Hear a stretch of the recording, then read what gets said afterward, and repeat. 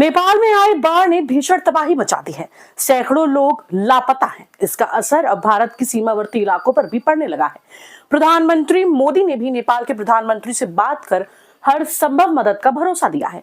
इसके अलावा एआई को लेकर बिल गेट्स की बड़ी चेतावनी और महाभारत पर कुणाल कामरा के बयान ने भी सुर्खियां बटोरी हैं। तो पिछले 24 घंटे की 5 बड़ी खबरें एक एक करके जानेंगे इस वीडियो में।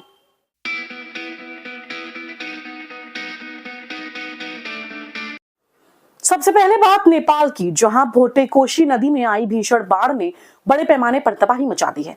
जानकारी के मुताबिक बाढ़ और भूस्खलन से कई इलाकों में भारी नुकसान हुआ है। कई वाहन तेज बहाव में बह गए, जबकि 13 जल विद्युत परियोजनाओं को भी नुकसान पहुंचा है। नेपाल सेना ने प्रभावित इलाकों से 250 से ज्यादा लोगों को सुरक्षित निकाला है। वहीं राहत और बचाव अभियान में करीब 15 हेलीकॉप्टर लगाए गए हैं। लापता लोगों की संख्या भी लगातार चिंता बढ़ा रही है।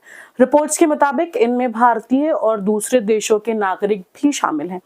यानी नेपाल में हालत बेहद गंभीर है और राहत बचाव का कार्य लगातार जारी है।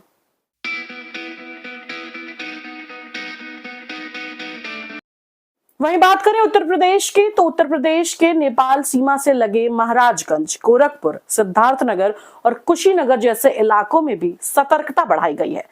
निचले इलाकों में रहने वाले लोगों को सुरक्षित स्थानों पर भेजने की तैयारी की जा रही है और राहत बचाव टीमों को पहले से ही तैनात कर दिया गया है। यानी नेपाल की बाढ़ अब यूपी बिहार के लिए भी चिंता का कारण बन गई है।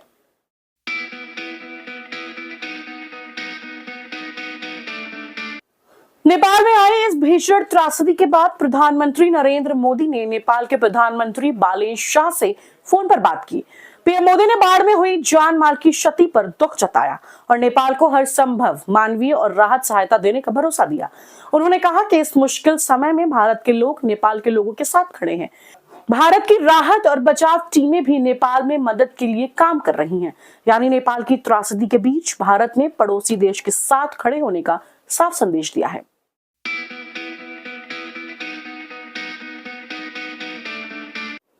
अब बात करते हैं टेक्नोलॉजी की, जहां माइक्रोसॉफ्ट के सह संस्थापक बिल गेट्स ने एआई को लेकर एक बड़ी चेतावनी दी है।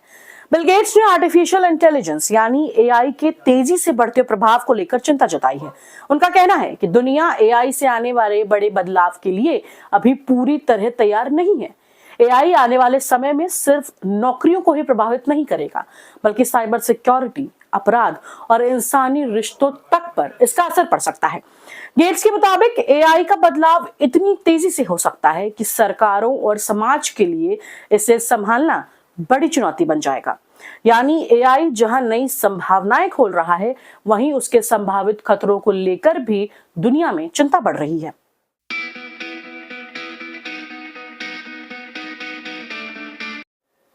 और अब आखिरी खबर एक बार फिर विवाद से जुड़ी है। इस बार निशाने पर है कॉमेडियन कुणाल कामरा।